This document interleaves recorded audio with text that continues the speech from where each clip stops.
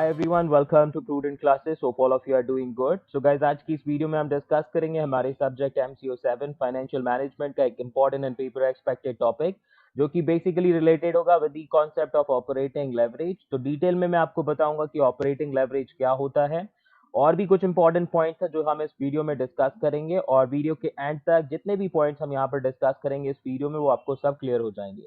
तो हमारा जो मिशन है वो याद रखिएगा, that is 70% or more in our upcoming exam, so we have to work for that. और बहुत सारे पार्ट्स जो हैं MCO 7 एंड अदर सब्जेक्ट्स के मैंने प्लेलिस्ट में ऐड किए हुए हैं, जो कि आपको आपके एग्जाम में अच्छे मार्क्स स्कोर कराने में हेल्प करेंगे। तो वहां पर जाकर आप चेक कर सकते हैं, और वीडियो के एंड में भी आपको जो प्लेलिस्ट होंगी उनका डिस्क्रिप्शन मिल जाएगा, तो वहां से भी आप चाहें तो वीडियो देख सकते हैं। And this topic has been chosen from unit number 13। And आगे बढ़ते हैं, डिस्कस करते हैं कि कौन कौन सी चीजें हम इस वीडियो में लर्न करेंगे। तो सबसे पहली चीज जो हम लर्न करेंगे that will be related to the concept of leverage. जानेंगे कि लेवरेज क्या होता है। ठीक है, तो I give you the exact meaning of leverage through a flow chart. ज्यादा लंबा डिस्कशन नहीं करेंगे, शॉर्ट में डिस्कस करेंगे about the concept of leverage. और दूसरा जो हमारा पॉइंट ऑफ डिस्कशन रहेगा इस वीडियो का वो होगा डिटेल में discussion about the concept of operating leverage. तो हमारा जो ऑपरेटिंग लेवरेज होगा उसके कॉन्सेप्ट को हम डिटेल में डिस्कस करेंगे। ठीक है, और जानेंगे कि मीनिंग क्या होता है ऑपरेटिंग लेवरेज का, उसका फॉर्मूला क्या है। तो ये दोनों चीजें आपको इस पर्टिकुलर कॉन्सेप्ट के बारे में पता चल जाएंगी। एंड आगे मैं वीडियो लेकर आऊंगा जिसमें मैं आपको इनके न्यूमेरिकल्स कराऊंगा। अगर ये वीडियो अच्छी लगे आपको तो लाइक कीजिएगा, और जितना हो सके अपने दोस्तों के साथ में इसको शेयर कीजिएगा। जितने ज्यादा अच्छा रिस्पॉन्स मिलेगा आपकी तरफ से उतने ज्यादा ही न्यूमेरिकल्स और बाकी के पार्ट्स में लेकर आऊंगा। ठीक है, तो अब आगे बढ़ते हैं। आई एम श्योर की पॉइंट ऑफ डिस्कशन आपको समझ में आ चुका होगा। तो सबसे पहले लर्न करेंगे about the concept of leverage, then will understand and learn about the concept of operating leverage, and we'll also learn the formula of operating leverage.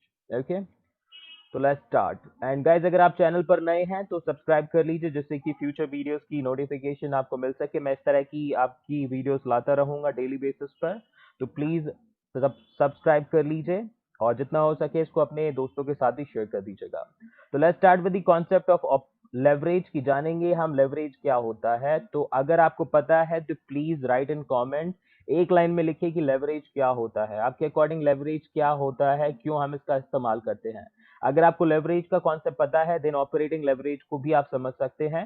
तो सबसे पहले हम लेवरेज के पॉइंट पर फोकस करते हैं। तो लेवरेज क्या होता है, बेसिकली एक ऐसी इन्वेस्टमेंट स्ट्रेटजी, ठीक है, जिसमें हम क्या करते हैं, बोरोड मनी का यूज करते हैं। अब बोरोड मनी आपकी या तो आप फाइनेंशियल इंस्ट्रूमेंट्स के थ्रू कर सकते हैं, जैसे कि बॉन्ड्स हो गए, इक्विटी हो गई, डेरिवेटिव्स हो गए, फ्यूचर्स, फॉरवर्ड एक्सेट्रा, ये सारे हमारे क्या है, फाइनेंशियल इंस्ट्रूमेंट्स।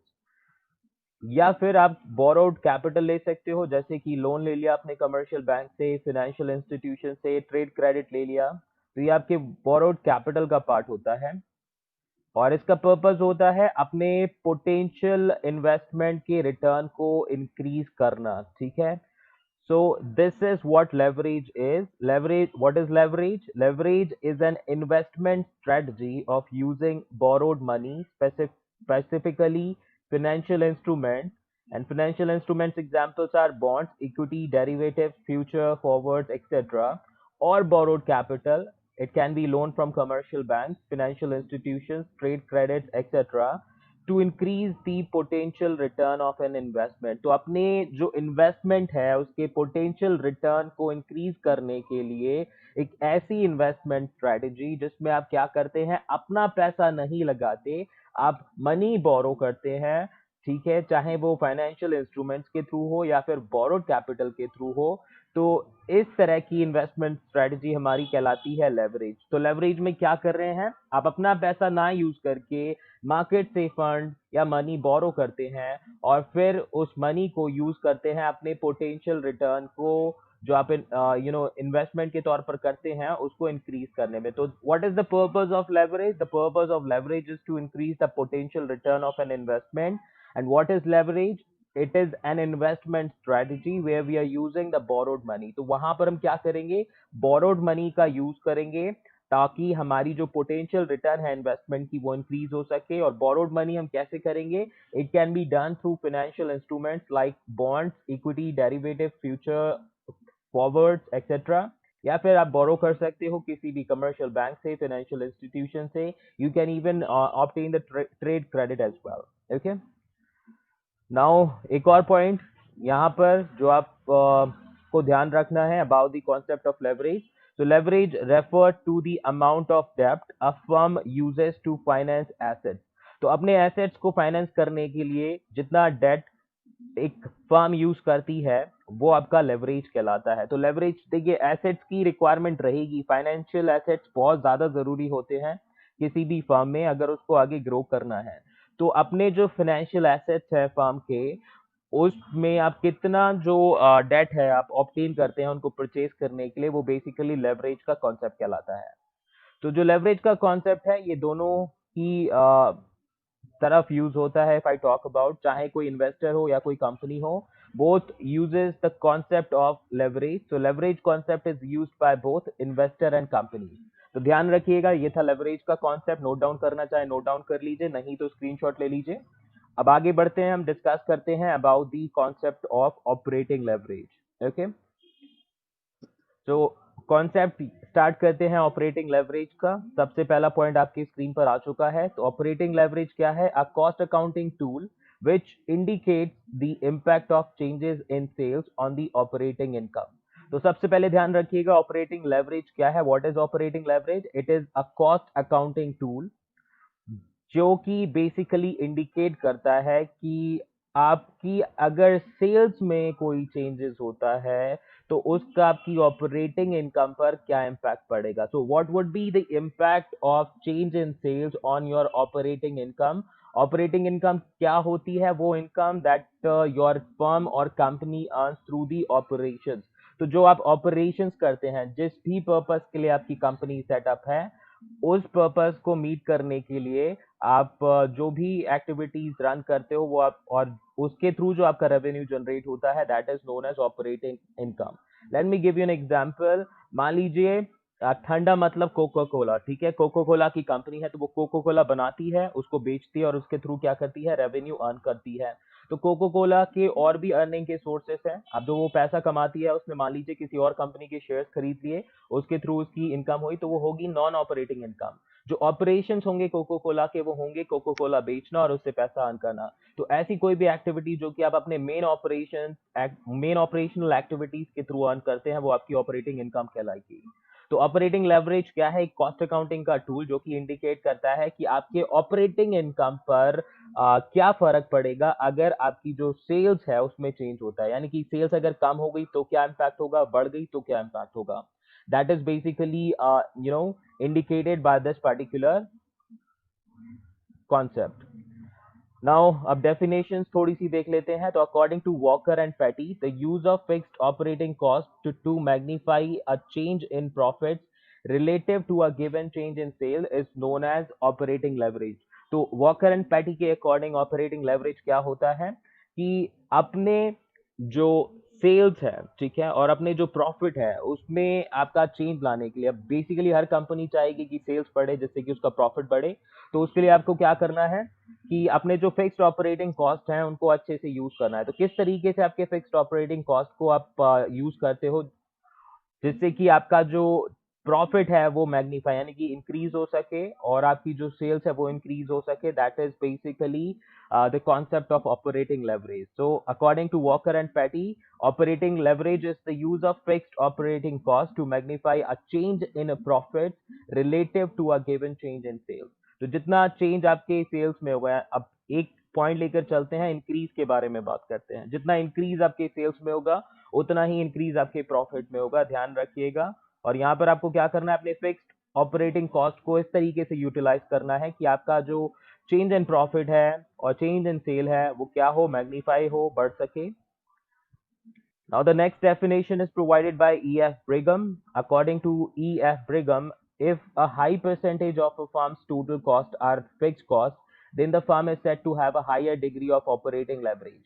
तो यहाँ पर इन्होंने सिर्फ और सिर्फ ऑपरेटिंग लेवरेज के कॉन्सेप्ट में high degree of operating leverage बताया है. तो जब भी कोई फर्म अपने टोटल कॉस्ट में ज्यादा से ज्यादा फिक्स कॉस्ट को इंक्लूड कर लेती है, तो उस केस में जो ऑपरेटिंग लेवरेज होता है फर्म का वो कैसा होता है, high.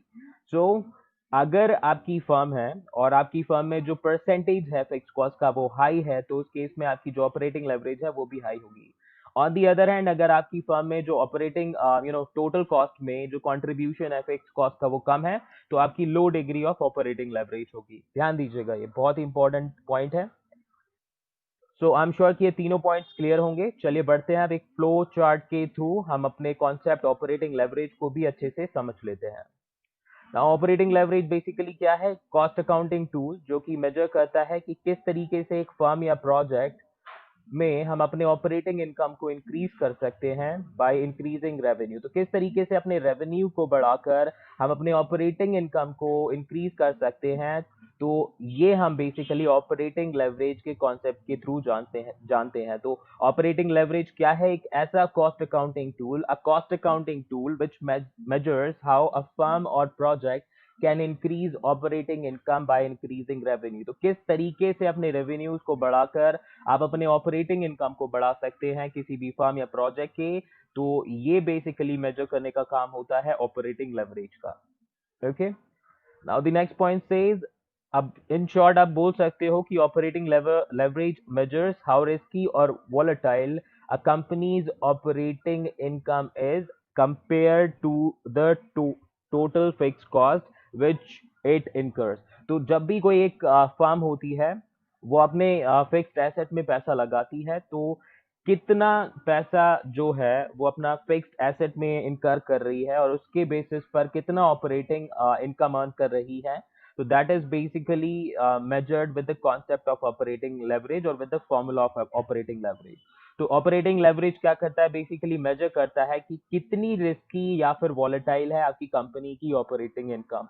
I repeat, operating leverage का जो फॉर्मूला है या ऑपरेटिंग लेवरेज का जो कॉन्सेप्ट है वो मेजर करता है कि कितनी रिस्की और कितनी वॉलेटाइल आपकी कंपनी की ऑपरेटिंग इनकम है। ओके, सो ये दो पॉइंट्स हैं, फटाफट याद कर लीजिए, नोट डाउन कर लीजिए, whatever you are comfortable with, and फिर बढ़ते हैं हम अपने नेक्स्ट पॉइंट पर।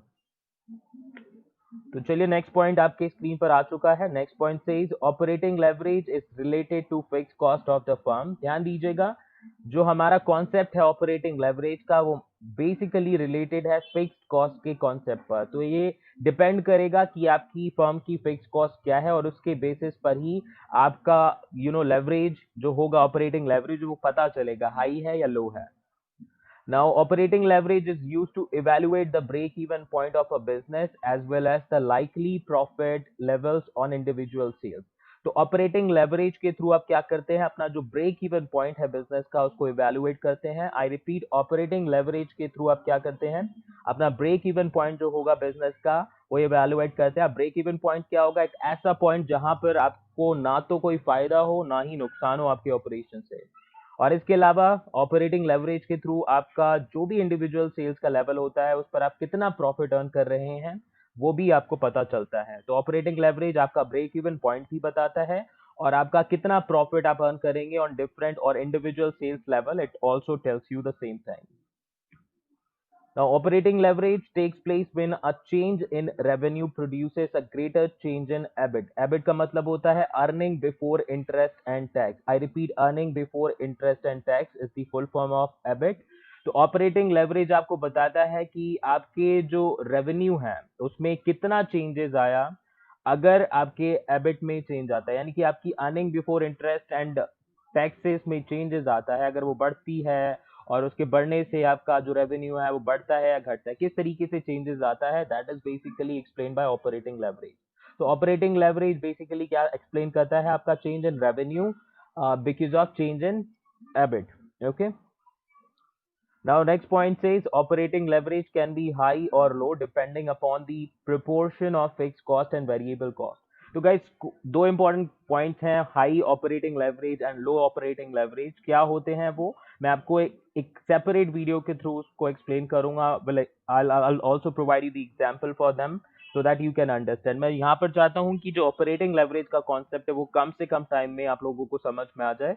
So I have not included the concept of high operating leverage and low operating leverage, that I'll explain through a different video. तो अभी आप समझ लीजिए कि ऑपरेटिंग लेवरेज आपके हाई भी हो सकते हैं और लो भी हो सकते हैं, वो डिपेंड करेगा कि फिक्स कॉस्ट और वेरिएबल कॉस्ट का क्या प्रोपोर्शन है आपके फर्म में। और इसके अलावा आप इसको भी बोल सकते हो फेवरेबल और अनफेवरेबल ऑपरेटिंग लेवरेज, वो कैसे पता चलेगा, आई लेट यू नो। तो अब आगे बढ़ते हैं नेक्स्ट स्लाइड में, और नेक्स्ट स्लाइड में अब हम डिस्कस करेंगे फॉर्मूला ऑफ ऑपरेटिंग लेवरेज। तो क्या फॉर्मूला है ऑपरेटिंग लेवरेज का, लेट्स लर्न अबाउट इट। तो ऑपरेटिंग लेवरेज का जो फॉर्मूला है वो अभी आपके स्क्रीन पर आ चुका है, आप देख सकते हैं। Operating leverage is equal to contribution divided by EBIT. तो जब आप कंट्रीब्यूशन को डिवाइड कर देंगे एबिट से तो आपको मिल जाएगा क्या, operating leverage. Operating leverage is equal to contribution divided by EBIT. अब यहाँ पर कंट्रीब्यूशन निकालने के लिए आपको क्या फॉर्मूला यूज करना है, कंट्रीब्यूशन का फॉर्मूला है सेल्स माइनस वेरिएबल कॉस्ट। तो जब आप अपनी टोटल सेल्स को और टोटल वेरिएबल कॉस्ट को माइनस कर देंगे तो आपको कंट्रीब्यूशन मिल जाएगा।